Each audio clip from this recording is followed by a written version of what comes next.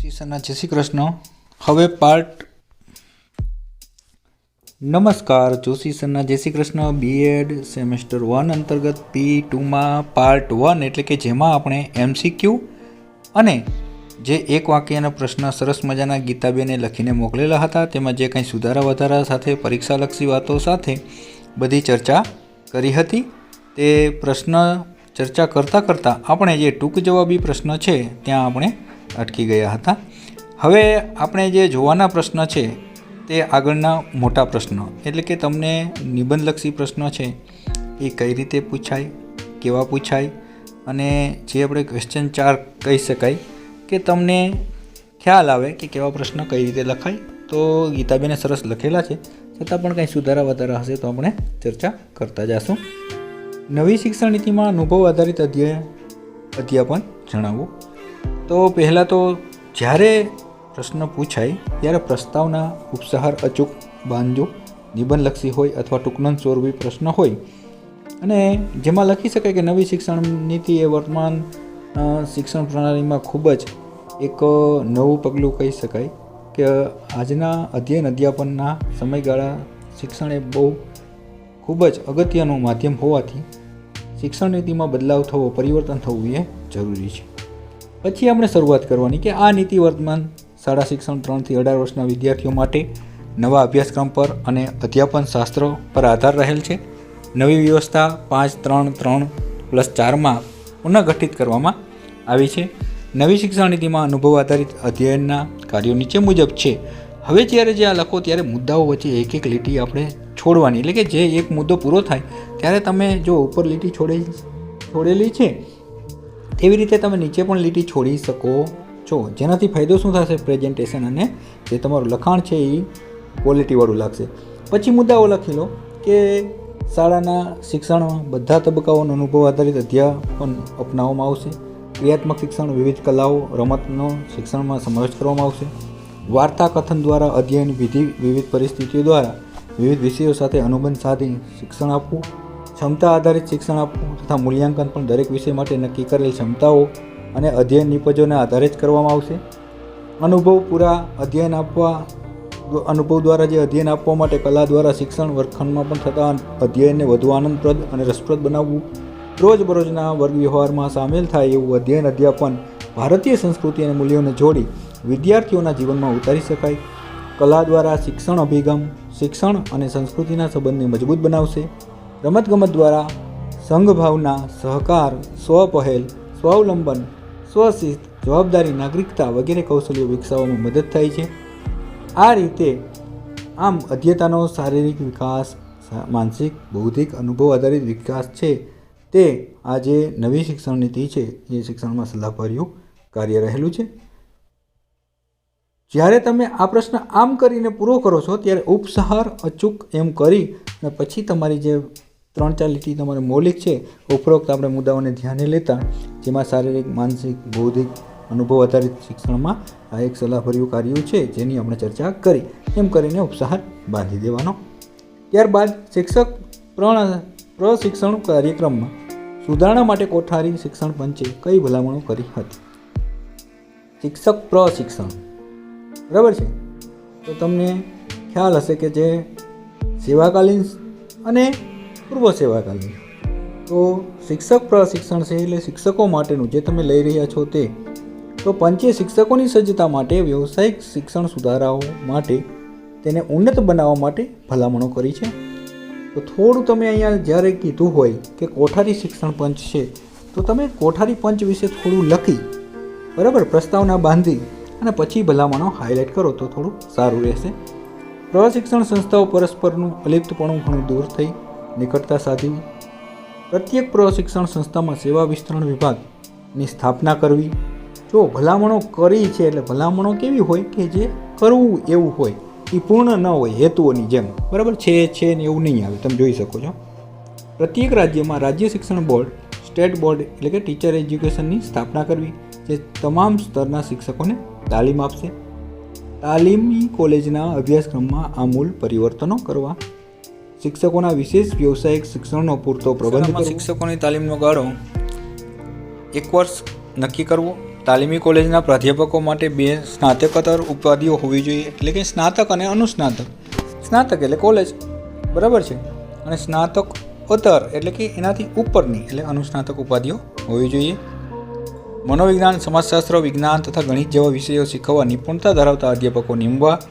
શાળામાં કામ કરતા બિન તાલીમી શિક્ષકોને ગ્રીષ્મકાલીન સંસ્થાઓમાં તાલીમ આપવી. પત્રવ્યવહાર અને અલ્પકાલીન પ્રશિક્ષણની સુવિધાઓ સુધારવી. જે કંઈ બાબતો હોય તે તમામ બાબતોની ભલામણ કોઠારી શિક્ષણ પંચે કરેલી છે. બધા જ રાજ્યોમાં સર્વાંગીણ પ્રશિક્ષણ કોલેજોની સ્થાપના કરવી.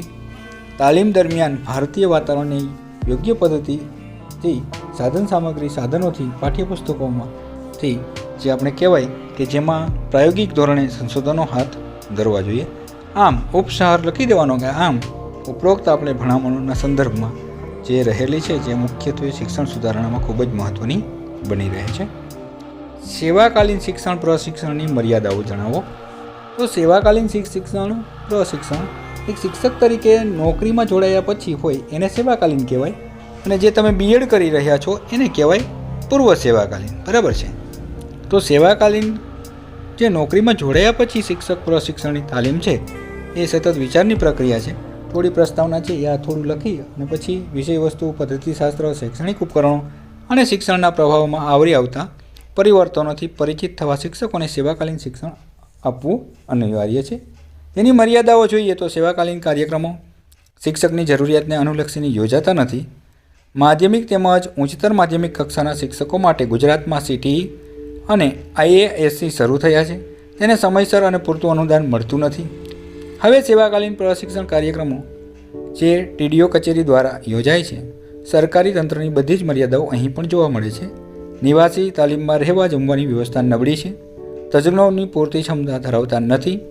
ખર્ચાતા નાણાં પ્રશિક્ષણ માટે પૂરેપૂરા વપરાતા નથી. આમ શિક્ષક પ્રશિક્ષણ માત્ર કર્મકાંડ બન્યું છે. તો મર્યાદાઓ એટલે શું?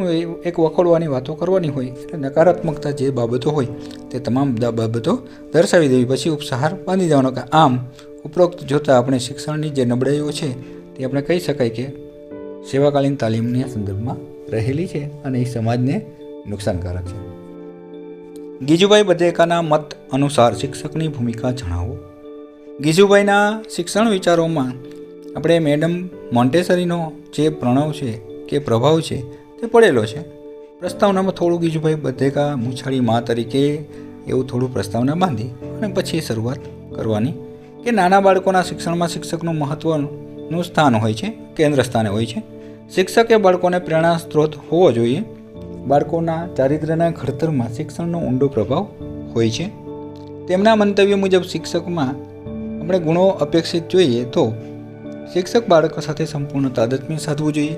શિક્ષકે બાળકોને જે આપણે વાંચવા જોઈએ એટલે કે એમની જરૂરિયાતો, આકાંક્ષાઓ, અપેક્ષાઓને સમજી લેવી જોઈએ. બાળકના સ્વતંત્ર વ્યક્તિત્વનો સ્વીકાર કરવો જોઈએ. બંને વચ્ચે પારસ્પરિકતા ભાવના કેળવવી જોઈએ. તમે જોઈ શકો છો આ મુદ્દા કેટલા સરસ લાગે, બરાબર? તો આ રીતે મુદ્દા લખવાની કે હેતુઓ કે મર્યાદાઓ કે લાભ કે કંઈ પણ હોય તો આ રીતે લખવાની ટેવ રાખવી. બંને વચ્ચે પારસ્પરિકતા ભાવના કેળવવી જોઈએ. શિક્ષક બાળક દ્વારા સેવાની નોંધ આરંભવાની છે. શિક્ષક બાળકની જેમ જ સતત અધ્યયનશીલ હોવો જોઈએ. તેમનામાં મૌલિક ચિંતન શક્તિ અને સર્જનાત્મક શક્તિ હોવી જોઈએ. તેમનામાં વાર્તાકથન, નાટ્યલેખન, મૌખિક અભિવ્યક્તિ જેવા કૌશલ્યો હોવા જોઈએ. તેમનું ચારિત્ર્ય ઉમદા પ્રકારનું અને આધ્યાત્મિકતાનો એક યાત્રી હોવો જોઈએ. તે શિક્ષક જ નહીં પરંતુ વૈજ્ઞાનિક જ હોવો જોઈએ. બાળકના વિકાસશીલ તબક્કામાં અવલોકન કરી માર્ગદર્શન પૂરું પાડવું જોઈએ. ત્યારે પ્રયોગશીલ હોવો, નવું કરવાની જે પ્રવૃત્તિવાળો હોવો જોઈએ. બાળકો તરફ પૂર્વગ્રહ ન રાખનારો અને બાળકોને કંઈ પણ એક આપણે કહી શકાય કે એક અન્યાય ન થાય તેવી સતત કાળજી રાખનારો હોવો જોઈએ. બાળકોની સ્થૂળ માનસિક આધ્યાત્મિકતા આવશ્યકતાનું અવલોકન કરી તેની પૂર્તિ માટે સતત પ્રયત્નશીલ રહેવો જોઈએ. આમ ઉપસાર બાંધી દેવાનો કે આમ પોતાના જ્ઞાનથી બાળકોને આંજી દેવાના બદલે સ્વયં શિક્ષણના માર્ગે સ્વત વિચાર બાળકની જે પાછળ છે પોતે નવું જ્ઞાન સંપાદન કરે. આ કથન ગીજુભાઈ બધેકા શિક્ષકની કલ્પના જ બદલી નાખી છે. તો આ રીતે છે મોટા પ્રશ્ન છે એમાં તમે પ્રસ્તાવના ઉપસારની ખાસ કાળજી રાખજો. વેદકાલીન સમયમાં સ્ત્રી શિક્ષણની સ્થિતિ કેવી હતી? તો વેદકાલીનની સંસ્થાઓ છે તે તમામ વિડીયો બનાવેલા છે. વેદકાલીન એટલે શું, સમયગાળો. તો હવે એ સમય દરમિયાન સ્ત્રીઓના શિક્ષણની જે એક મેળવવાનો અધિકાર હતો, એટલે કે કહી શકાય કે પ્રસ્તાવનામાં કે વેદકાલીન સ્ત્રી શિક્ષણમાં આપણે કહી શકાય તો સર્વસ્વ થોડું હતું કે જેમાં સ્ત્રીઓને શિક્ષણ આપવામાં વેદકાલીન યુગ છે તેમાં પાછળ ન હતો. જેમાં શિક્ષણ મેળવવાનો અધિકાર હતો. વેદકાલીન સમયમાં આપણે કહેવાય કે દીકરા દીકરીઓ સમાન શિક્ષણ આપવામાં આવતું હતું. કન્યાઓને પણ ગૃહજીવન અને વિજ્ઞાનનું શિક્ષણ પણ છે એ આપવામાં આવતું હતું. સ્ત્રીઓ પોતાના પતિ સાથે ધાર્મિક વિધિમાં ભાગ લઈ શકતી હતી. સ્ત્રીઓ પણ પુરુષની જેમ જ ઉચ્ચતમ પ્રાથમિક શિક્ષણ પ્રાપ્ત કરી શકતી હતી. તેને બ્રહ્મવાદિની અથવા ઋષિકાનું સન્માન આપવામાં આવતું.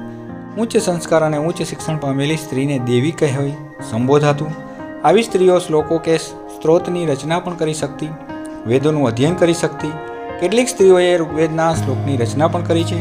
વેદશાસ્ત્રોમાં પારંગત મેળવનારી સ્ત્રીમાં જેમાં કહી શકાય કે ઘોષા, વિશ્વરા, જેમાં નિવાવરી, રોમન્સ એટલે પુષ્પમુદ્રા, અપાલા, ગાર્ગી, આ જે સ્ત્રીઓ છે જેટલા નામ આવડે એટલા બધા લખવા જરૂરી નથી. સ્ત્રીઓ મોખરે છે. દર્શનશાસ્ત્ર જેવા ગહન વિષયોમાં પણ રસ લેતી સ્ત્રી વેદકાળમાં જોવા મળે છે, જેમાં યાજ્ઞવલ્ક્યની પત્ની મૈત્રેયી શ્રેષ્ઠ ઉદાહરણ છે. વેદકાળમાં સ્ત્રીઓને ઉપનયન પણ સંસ્કાર પણ છે એ આપવામાં આવતું. આ કાળમાં સ્ત્રીઓને નૃત્ય, સંગીત, કાવ્ય રચના વગેરેનું શિક્ષણ આપવામાં આવતું. આ સુવિધા ઈસવીસન પૂર્વે 200થી જે 2000 સુધી જે ઉપલબ્ધ રહી ત્યારબાદ તેના પ્રતિબંધ પર મુકાઈ ગયો હતો. આમ જોવા જઈએ તો વેદકાલીન યુગમાં સ્ત્રીઓની શિક્ષણનું સ્થાન સમગ્ર કક્ષાએ ઉચ્ચ અને સહકારભર્યું હતું. હવે વિસ્તૃત પ્રશ્ન 5 અને અંતિમ, બરાબર છે. તો વાસ્તવવાદની સંકલ્પના સ્પષ્ટ કરી વાસ્તવવાદના કેળવણીના ધ્યેયોની ચર્ચા કરો. હવે આમાં વધારે આપણે ચર્ચા નહીં કરી, પણ પ્રશ્ન આવા પૂછી શકાય છે. જેમાં તમે જોઈ શકો છો, આમાં પ્રસ્તાવના ટૂંકી લખી તો આમાં પ્રસ્તાવના થોડી મોટી લખવાની, થોડી હાઇલાઇટ કરવાની, અને આદર્શવાદ, યથાર્થવાદ, વાસ્તવવાદ, આ જે કંઈ વાદો યાદ હોય થોડા જે છે હાઇલાઇટ કરી અને પછી જે વાદ પૂછેલો છે તો વાસ્તવવાદ એટલે શું? તો વાસ્તવવાદનો અર્થ એવો વિશ્વાસ, સિદ્ધાંત સાથે જે રિયલિઝમ એવો માનવામાં આવે છે જે આપણે દેખાય છે, અર્થાત જે સંસાર એક પ્રપંચ માત્ર છે જે નથી તે. તો વાસ્તવવાદ એટલે જે વસ્તુનું અસ્તિત્વ સંબંધીનો વિચારનો દ્રષ્ટિકોણ, જે આપણે કહીએ જો આ સરસ મજાનું અહીંયા છે વાસ્તવવાદના ઐતિહાસિક દ્રષ્ટિએ પ્રકાર.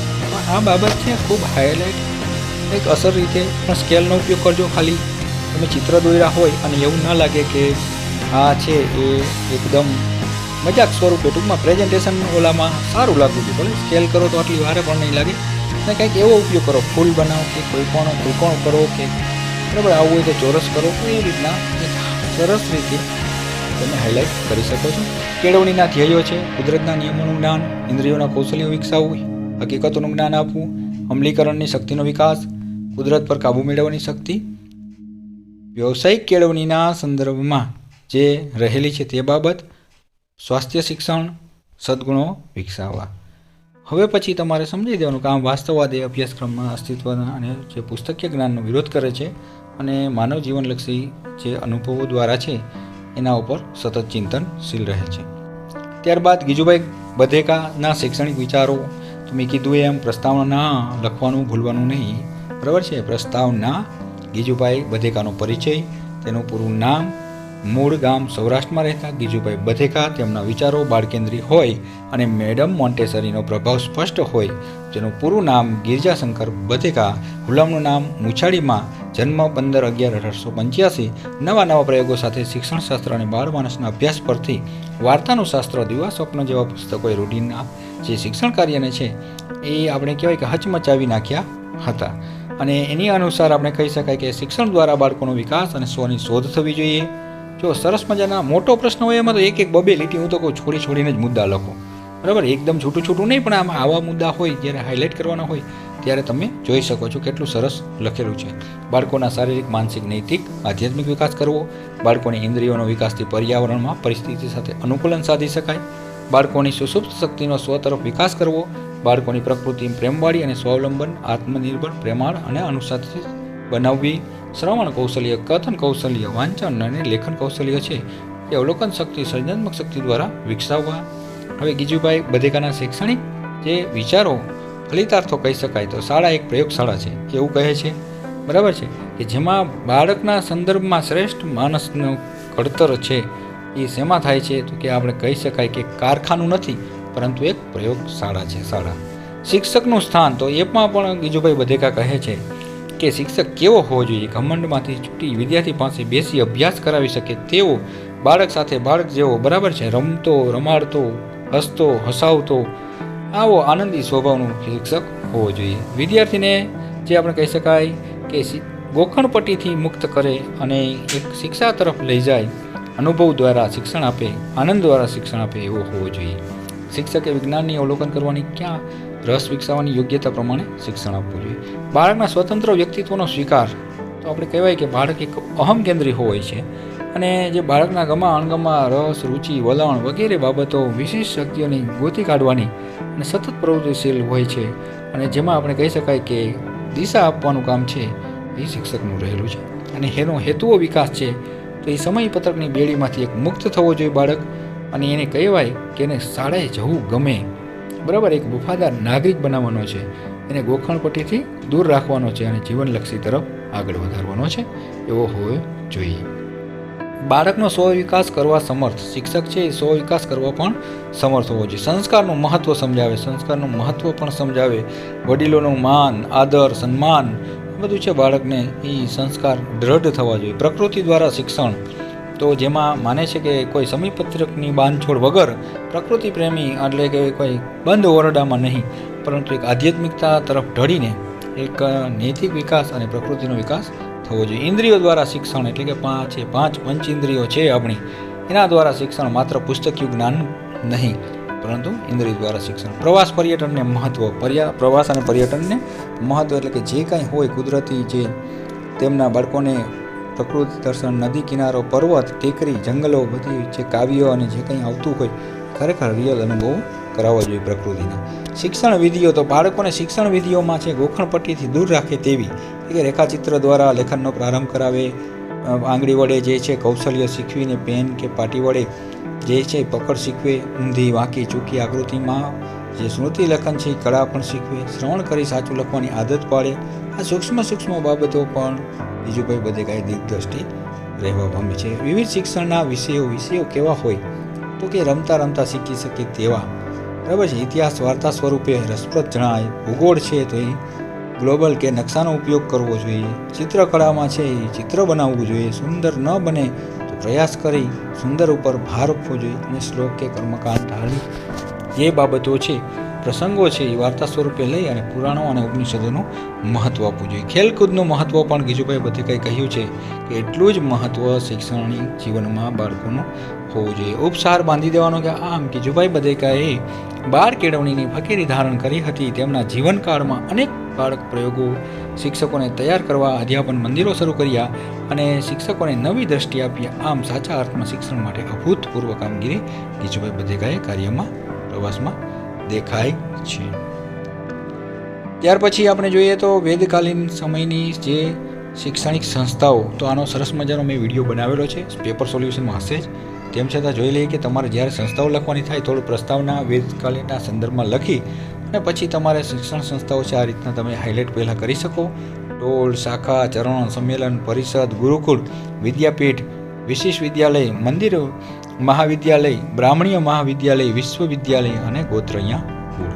તો આ ટોળ શું છે એ તમામ બાબતો ચર્ચા કરેલી છે, એટલે આમાં આપણે વાંચતા નથી, પણ આ રીતે તમે અલગ અલગ સરસ મજાનું ગીતાબેને લખેલું છે તેવું તમે હાઇલાઇટ કરી શકો છો, લખી શકો છો, બરાબર છે. ગુરુકુળ શું છે, વિદ્યાપીઠ શું છે, વિશ્વવિદ્યાલય શું છે, તેમાં સંખ્યાના આધારે જે કંઈ હોય એની અલગતાને આધારે હાઇલાઇટ કરવાની વાતો રહેલી છે. પછી ઉપસાહારના સંદર્ભમાં છે પ્રાચીન સમયમાં સામાન્ય શિક્ષણ સંસ્થાઓનું અસ્તિત્વ ન હતું, તેથી ગુરુની આજ્ઞા મુજબ જ વર્તવાનું હતું, જે વિશેષતા સંસ્કૃતિઓ ઉજાગર થઈ છે.